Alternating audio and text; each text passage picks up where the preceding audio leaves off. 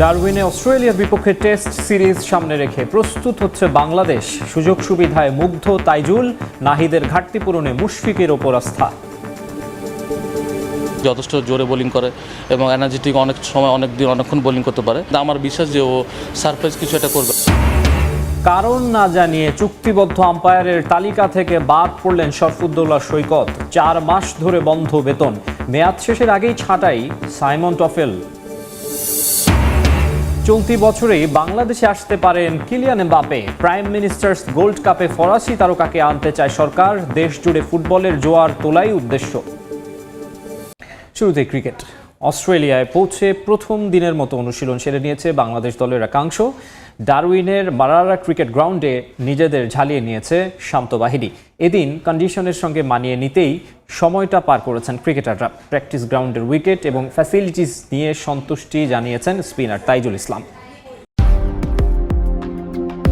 23 বছর পর অস্ট্রেলিয়ার মাটিতে টেস্ট সিরিজ। বাংলাদেশের ক্রিকেটের আগ্রহ আর আকর্ষণের কেন্দ্রবিন্দু এখন ডারউইন। 2 ধাপে ক্রিকেটাররা গেছেন ক্যাঙ্গারুর দেশে। 7 জন এখনও না পৌঁছালেও বাকিরা একদিনের বিশ্রাম শেষে নেমে পড়েছেন মাঠের অনুশীলনে। মারারা ক্রিকেট গ্রাউন্ডের রৌদ্রোজ্জ্বল আবহাওয়ায় প্রথম দিনটা ভালোই কেটেছে টাইগারদের। আবহাওয়ার তারতম্য থাকলেও তা অনেকটাই মানানসই বলে জানিয়েছে টিম ম্যানেজমেন্ট। দিনে সর্বোচ্চ 32 ডিগ্রির মতো তাপমাত্রা থাকলেও রাতে তা কমে যায় 20 থেকে 22 ডিগ্রিতে। তবে আবহাওয়ার চেয়েও মারারার উইকেট নিয়েই বেশি আগ্রহী ছিল বাংলাদেশ দল। বাতাসের আগে নাকি গতি আর বাউন্স দিয়ে এখানে প্রতিপক্ষকে স্বাগত জানায় অস্ট্রেলিয়া। তাই তো হালকা স্ট্রেচিং এবং শরীর গরমের পরই নেট সেশনে নেমে পড়েন ক্রিকেটাররা। ব্যাট বলে নিজেদের ঝালাই করে নিয়েছেন শান্ত, সাদমান, মুশফিকরা। পুরো অনুশীলন সেশন দেখভাল করেছেন হেড কোচ ফিল সিমন্স। নিজের অভিজ্ঞতা থেকে পরামর্শও দিয়েছেন শিষ্যদের। নেটে থ্রোয়ারের ভূমিকায় দেখা গেছে ব্যাটিং কোচ আশরাফুল এবং টিম ম্যানেজার নাফিস ইকবালকে। এই দলে একমাত্র আশরাফুলেরই আছে ডারউইনে ম্যাচ খেলার অভিজ্ঞতা। নেটে পেসারদের পাশাপাশি হাত ঘুরিয়েছেন স্পিনাররা। দলের সঙ্গে থাকা মিরাজ, তাইজুলদের নিয়ে আলাদা করে কাজ করেছেন স্পিন মায়াস্ত্রো মুস্তাক আহমেদ। প্র্যাকটিস গ্রাউন্ডের উইকেট এবং ফ্যাসিলিটিস নিয়ে সন্তুষ্টি ছড়ল তাইজুলের কণ্ঠে। আমরা আসার সময় একটা ট্রানজিট পাইছিলাম। ট্রানজিটে এনাফ রেস্টের একটা বিষয় ছিল। প্রথম দিনে প্র্যাকটিসটা খুব ভালো হয়েছে, বিকজ আপনারা দেখবেন যেখানে অনেক ফ্যাসিলিটিসটা অনেক ভালো। উইকেট থেকে শুরু করে ফিল্ডিং প্র্যাকটিস থেকে শুরু করে রানিং থেকে শুরু করে সব ধরনের অ্যাক্টিভিটিস আমরা করতে পারছি। তো খুব ভালো হয়েছে। দ্বিতীয় ধাপে যাওয়া ক্রিকেটাররা পৌঁছালে পুরোদমে অনুশীলন শুরু করবে বাংলাদেশ। 6 থেকে 8 আগস্ট ক্রিকেট অস্ট্রেলিয়া 11-এর বিপক্ষে একটা প্রস্তুতি ম্যাচ খেলার কথা রয়েছে শান্ত মমিনুলদের। 23 বছরের দীর্ঘ অপেক্ষার অবসান হতে যাচ্ছে বাংলাদেশের টেস্ট ক্রিকেটে। এই সময়ে বিশ্ব ক্রিকেটে এসেছে আমূল পরিবর্তন।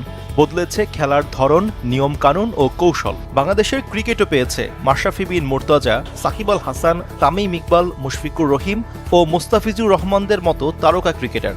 কিন্তু তাদের পুরো একটি প্রজন্মেরই অস্ট্রেলিয়ার মাটিতে টেস্ট খেলার সুযোগ হয়নি। কারণ 2003 সালের পর আর কখনো অস্ট্রেলিয়ায় টেস্ট খেলতে যায়নি বাংলাদেশ। অবশেষে সেই প্রতীক্ষার অবসান। 23 বছর পর আবারও অস্ট্রেলিয়ার মাটিতে সাদা পোশাকে খেলতে নামবে বাংলাদেশ। বিশ্বের অন্যতম কঠিন ক্রিকেট গন্তব্যে এই সফর শুধু একটি সিরিজ নয়, বরং একটি প্রজন্মের অপূর্ণ স্বপ্ন পূরণের মঞ্চ। অস্ট্রেলিয়ার বিপক্ষে বাংলাদেশের টেস্ট ইতিহাসে শাহরিয়ার নাফিসের নাম বিশেষভাবে স্মরণীয়। 2006 সালে ফতুল্লায় Brett Lee, Jason Gillespie, Shane Warne, Stuart MacGill ও মাইকেল ক্লার্কদের বিপক্ষে তিনি খেলেছিলেন 138 রানের দুর্দান্ত ইনিংস। অথচ ক্যারিয়ারে কখনো অস্ট্রেলিয়ার মাটিতে টেস্ট খেলার সুযোগ পাননি। একই আক্ষেপ নিয়ে ক্যারিয়ার শেষ করেছেন নাফিস ইকবাল, মাহমুদুল্লাহ রিয়াদ, সাকিব আল হাসান, তামিম ইকবাল, ইমরুল কায়েস, শাহাদাত হোসেন রাজীব ও সোহাগ গাজীরা। অন্যদিকে তাসকিন আহমেদ, লিটন দাস, মেহেদী হাসান মিরাজ, নাজমুল হোসেন শান্ত, তাইজুল ইসলামদের প্রজন্ম এবার সেই সুযোগ পাচ্ছে। তাদের সাথে আছেন সাদমান, তানজিদ, ইবাদত, খালেদ, জাকরের মতো প্রতিনিধিরাও। ব্যতিক্রম শুধু মুশফিকুর রহিম। 2005 সালে আন্তর্জাতিক ক্যারিয়ার শুরু করা এই অভিজ্ঞ ব্যাটার দেশের হয়ে শতাধিক টেস্ট খেললেও এবারই প্রথম অস্ট্রেলিয়ার মাটিতে দেশটির বিপক্ষে টেস্ট খেলবেন। টেস্ট ক্যারিয়ারে 6,806 রান করা মুশফিকের জন্য এটি ক্যারিয়ারের একটি গুরুত্বপূর্ণ মাইলফলক। 2 ম্যাচের টেস্ট সিরিজের প্রথমটি 13 আগস্ট ডারউইনের মারারা ওভালে, দ্বিতীয়টি 22 আগস্ট ম্যাকাইয়ের গেট ব্যারিয়ার রিফ অ্যারেনায় অনুষ্ঠিত হবে। দুটি ম্যাচই বিশ্ব টেস্ট চ্যাম্পিয়নশিপের অংশ। 2003 সালে বাংলাদেশের সর্বশেষ অস্ট্রেলিয়া সফরের প্রথম টেস্টও হয়েছিল ডারউইনে।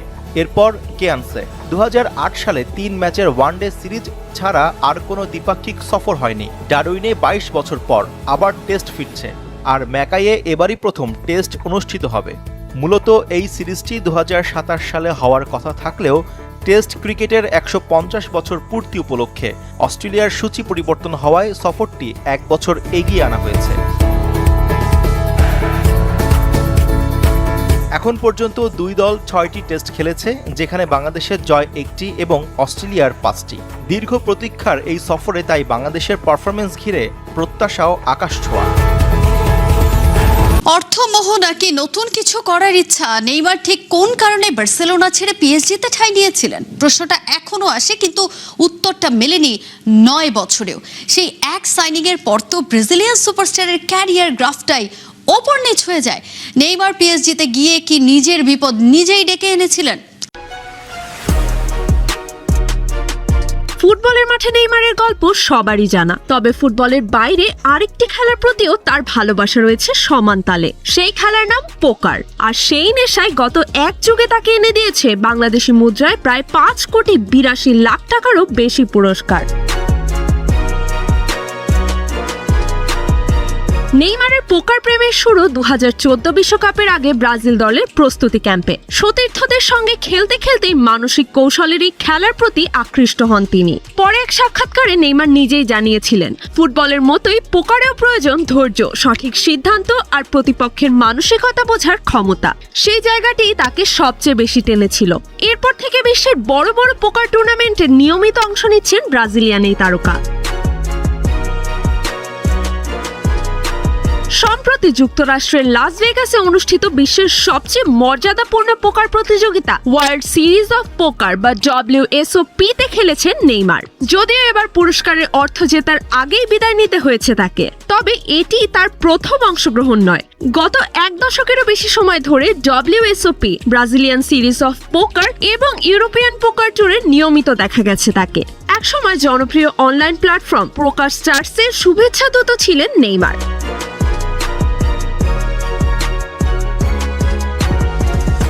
নথিভুক্ত হিসাব অনুযায়ী জাতীয় আন্তর্জাতিক বিভিন্ন পোকার টুর্নামেন্ট মিলিয়ে নেইমার জিতেছেন প্রায় 24 লাখ ব্রাজিলিয়ান রিয়েল, যা বাংলাদেশি মুদ্রায় প্রায় 5,82,00,000 টাকারও বেশি।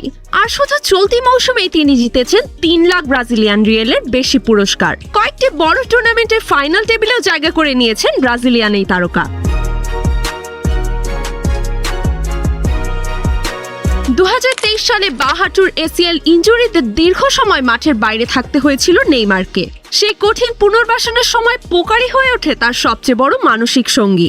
অনলাইন ও সরাসরি 2 ধরনের টুর্নামেন্টে নিয়মিত খেলেছেন তিনি। মাঠে ফিরতে না পারলেও পোকার প্রতিযোগিতার রোমাঞ্চ থেকে নিজেকে দূরে রাখেননি।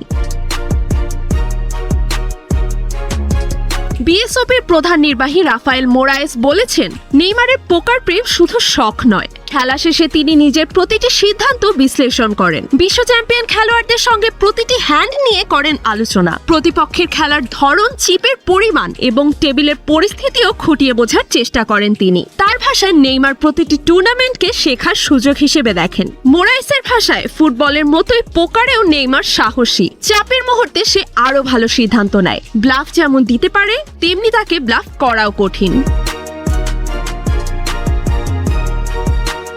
পোকারের প্রতি নেইমারের ভালোবাসা এতটাই যে তাকে ঘিরে বিশেষ আমন্ত্রণমূলক BSOP 1 নেইমার জুনিয়র টুর্নামেন্টও আয়োজন করেছেন আয়োজকেরা। মোরায়েসের মতে, পোকার এমন একটি জায়গা যেখানে নেইমার অন্য সব জায়গার তুলনায় অনেকটাই স্বাভাবিক জীবন কাটাতে পারেন। সেখানে তিনি আর বিশ্বখ্যাত সুপারস্টার নন, বরং অন্য সবার মতোই একজন প্রতিযোগী।